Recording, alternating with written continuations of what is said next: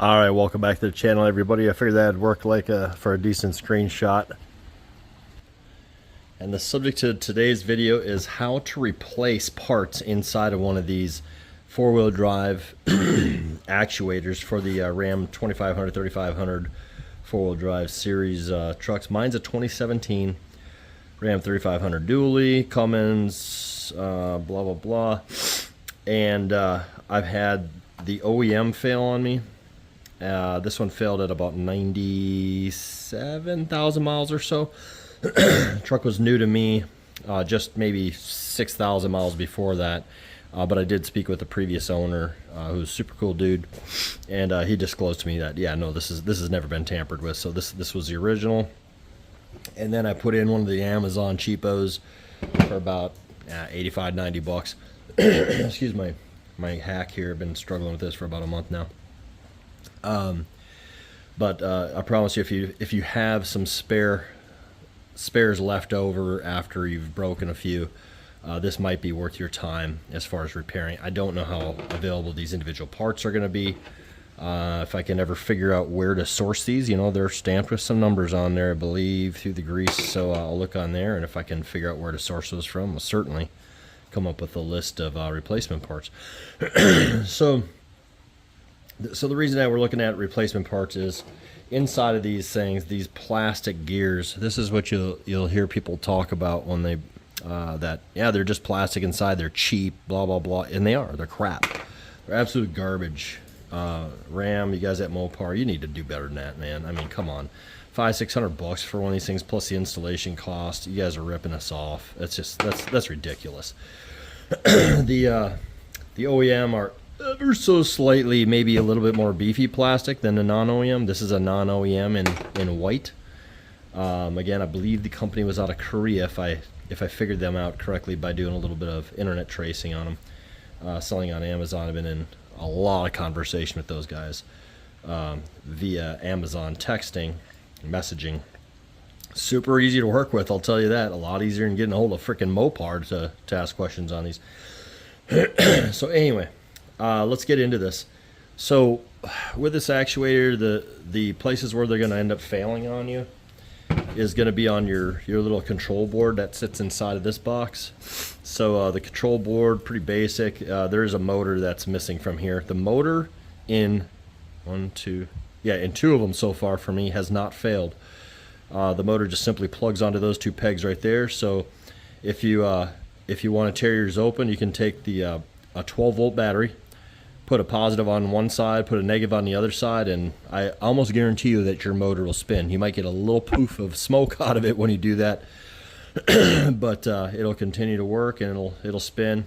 Reverse polarity, it'll spin in the other direction. Basic 12-volt motor. But what I've been finding is water intrusion inside of here is going to have you failing. On OEM, mine failed up in this corner, right in here. And this is the non-OEM one, the non-OEM card that failed. This little bridge circuit, whatever that is, a little brass, copper, whatever it is, that thing was ripped in two, basically, and this whole area was corroded up in here from water penetration. On the non-OEM here, I've cleaned this up, but this whole top and basically the whole top half up in here was just all filthy, gross. I could not figure out which one of these actually failed, but I highly suspect it's this.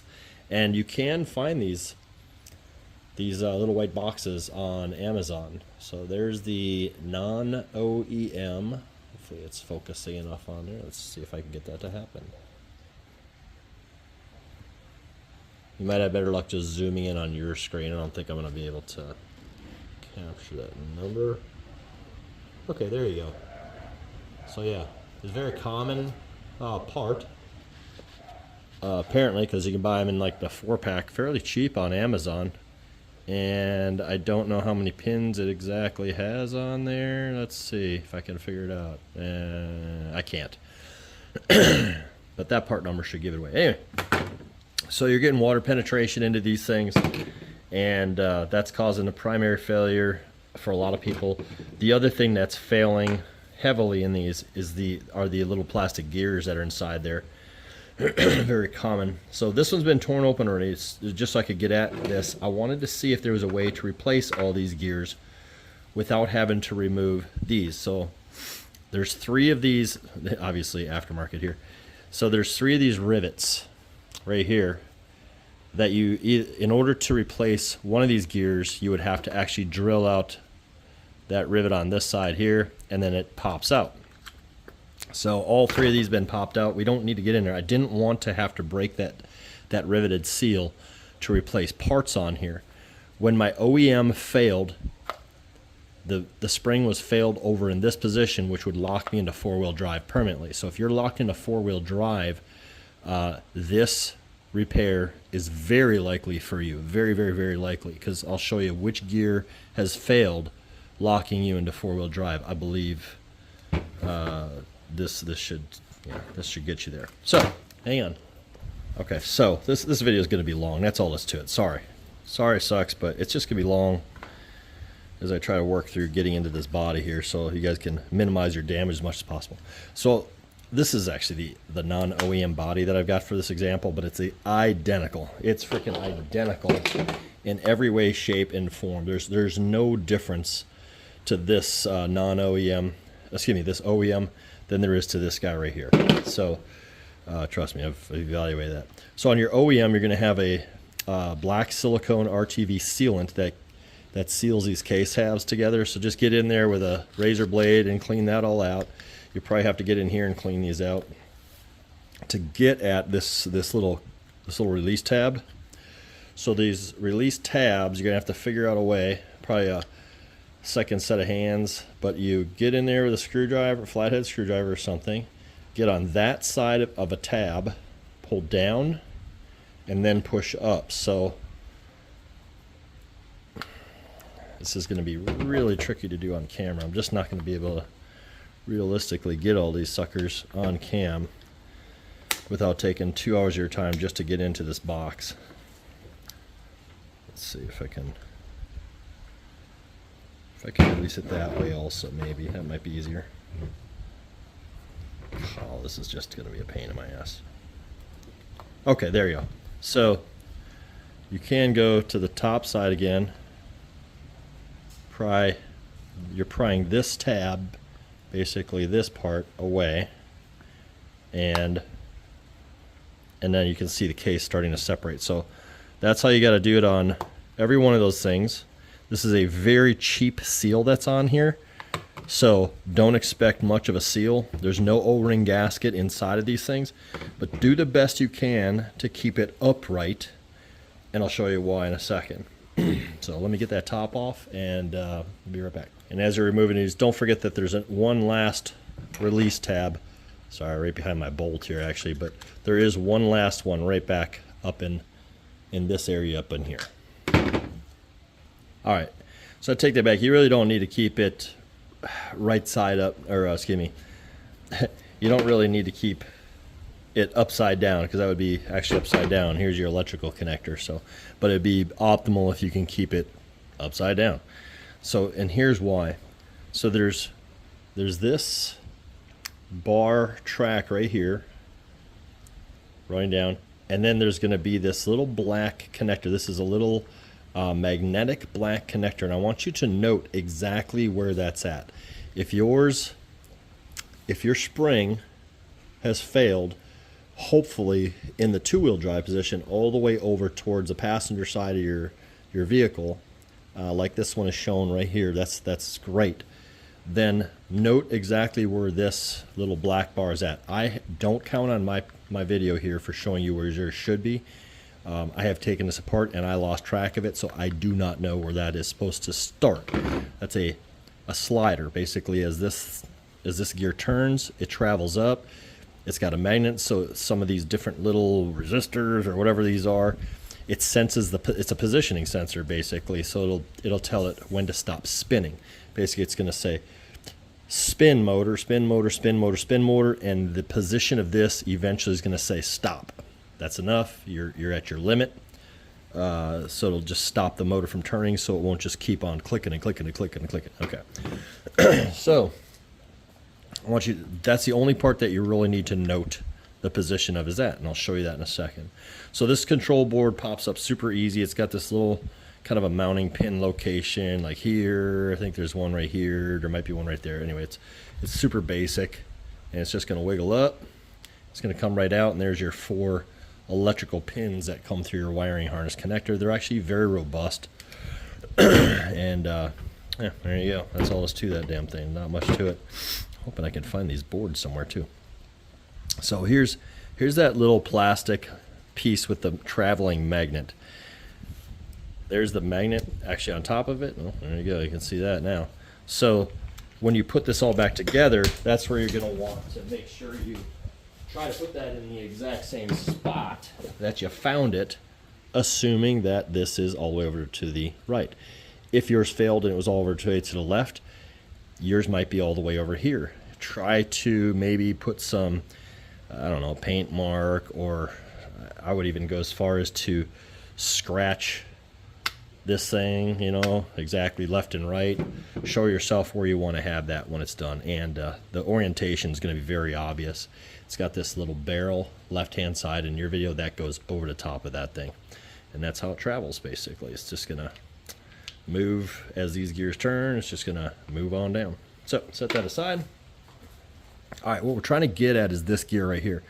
This is the gear that failed inside of my non-OEM, and I believe this is the one that's failing on people that are getting stuck in 4-wheel drive.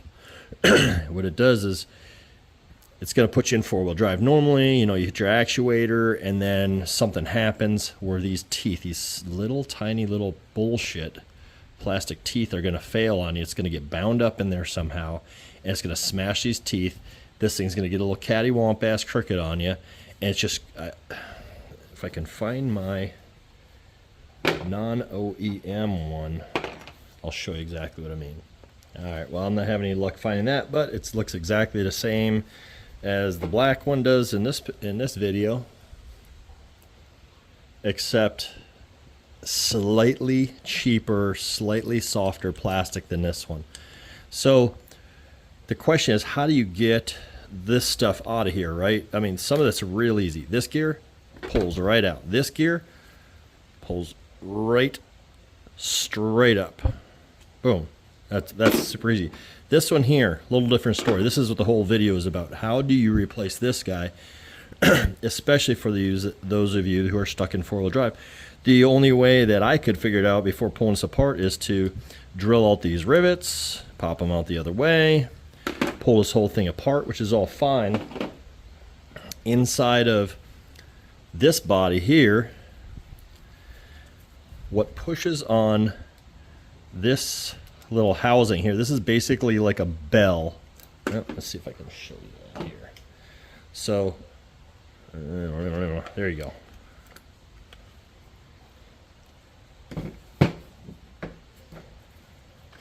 So that part right there is this cup.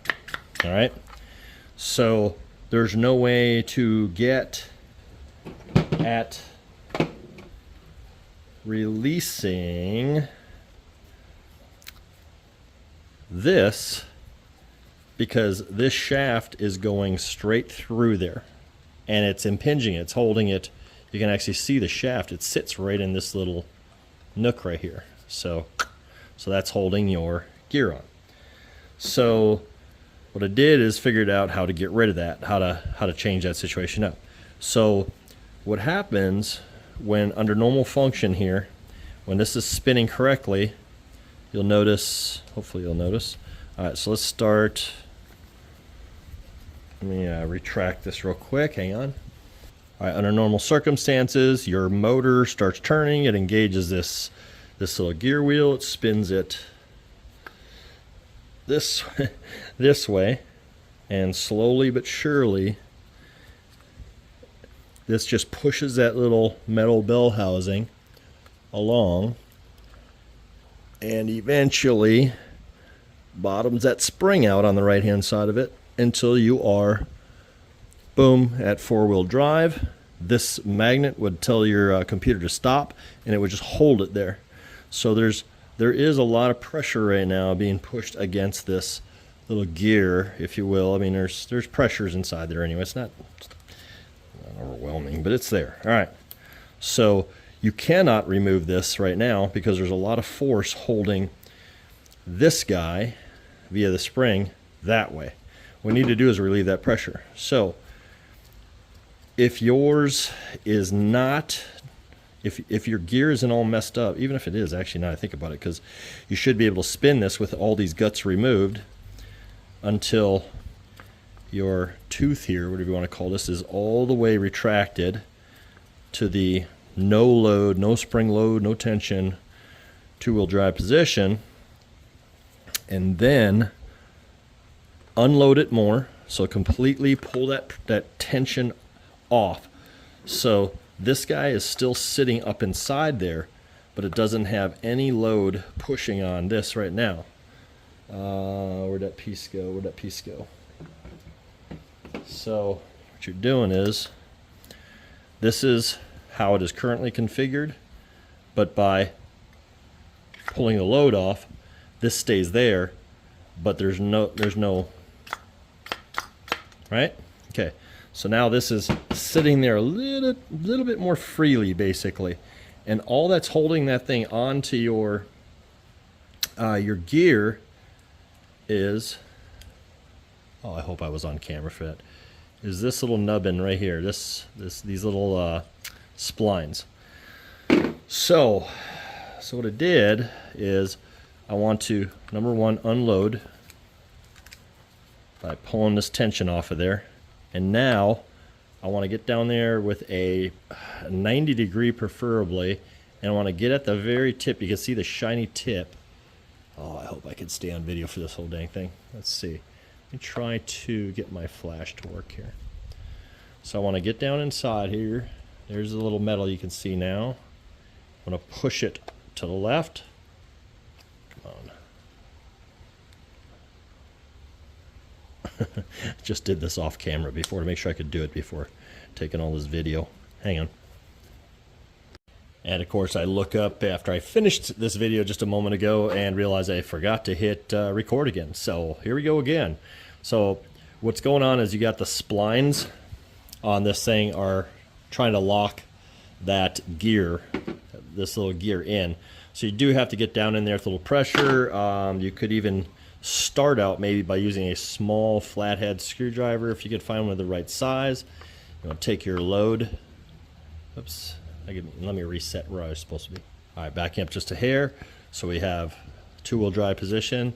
We're spinning it this direction until it is completely unloaded. It will stop turning at some point. It's basically you've bottomed out. Don't force it. Just stop right there. Okay.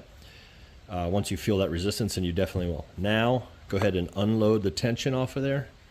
Now take your pick. Whatever. I like the pick. The pick is just a little more tactile, a little gentler in there. Trying to hold this body together to simulate. Now you're gonna have to pull down on that pin head pretty strong and make it pop. Come on, baby. There you go. So now the head of that little pin is gone. Let's let it back in. Yeah, let's not let it back in. More of a pain in my butt. So now it's the head of that is inside of this body a little bit. So now we got to get our 90 degree tool and get it in there and work it down. Eventually you'll feel it pop, and you should be able to immediately pull this thing out once it does kind of give you a little pop notification that it's out. Oh boy. Maybe I am free already. Nope, not quite free yet.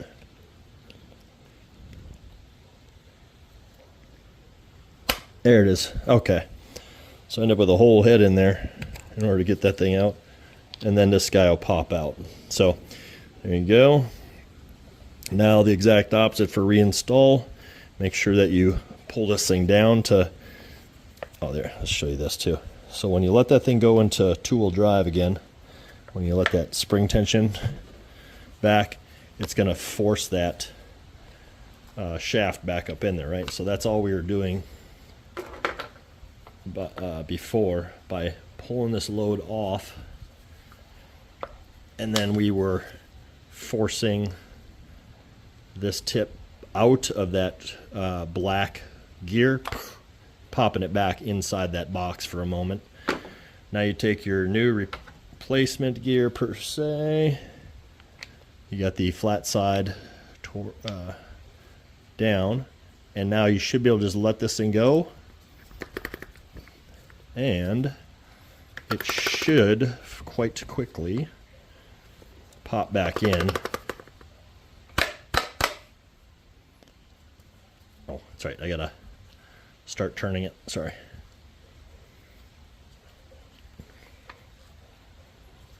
I think I'm a little bit off center on that thing. Wish my housing wasn't compromised. I could do this a little bit easier. So anyway, so the tip of that is inside of there, but it is not showing it yet. So by slamming it back and forth a couple times, eventually it'll drive that head back up into those inner splines, and then you can test your work by spinning it this direction, that way, and you should be able to see your jaw opening up on this four-wheel drive actuator.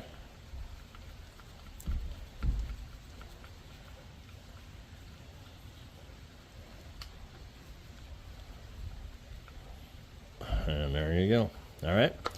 So that's that. That's how that whole thing unfolds. And, you know, that's interesting. I never really thought about this before. Might as well discuss this for a second since I have this thing wide open. So when I let that go, I would have thought that this spring right here would have unloaded and shot everything right back. However, I guess I never thought about this. So you got this spring, but also inside of here you have this spring. So this spring tension on this guy must be equal to the spring tension on that guy, causing an equilibrium so that it's not always forcing. I think earlier in the video I said, you know, there's a lot of pressure over here right now. I think that's not actually correct, and that would be a horrible situation on plastic, causing this thing to be force binded basically. So let me step back on that previous comment on there, that it does not appear that there is any tension on there, but this is the part that people are saying are failing, and it has failed me before. Hope that helps y'all. Sorry about the lengthy video.